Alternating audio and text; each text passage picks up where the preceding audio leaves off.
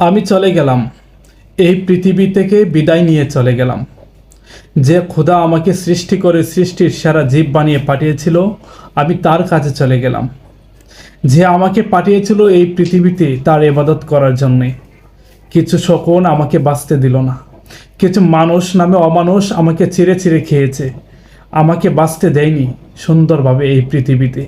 এই সুন্দর পৃথিবী থেকে তাই আমি বিদায় নিয়ে অভিমানে চলে গেলাম ওই উপরওয়ালার কাছে।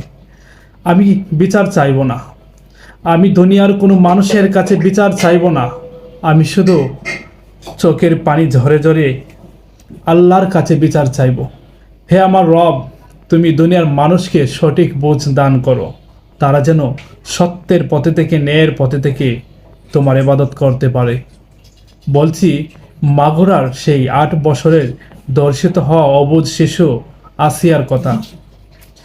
দীর্ঘ কয়েক দিন ধরে মৃত্যুর সাথে যুদ্ধ করেও বাঁচতে পারেনি। সে বিদায় নিয়ে অভিমান করে এই পৃথিবী থেকে চলে গেল উপরওয়ালার কাছে।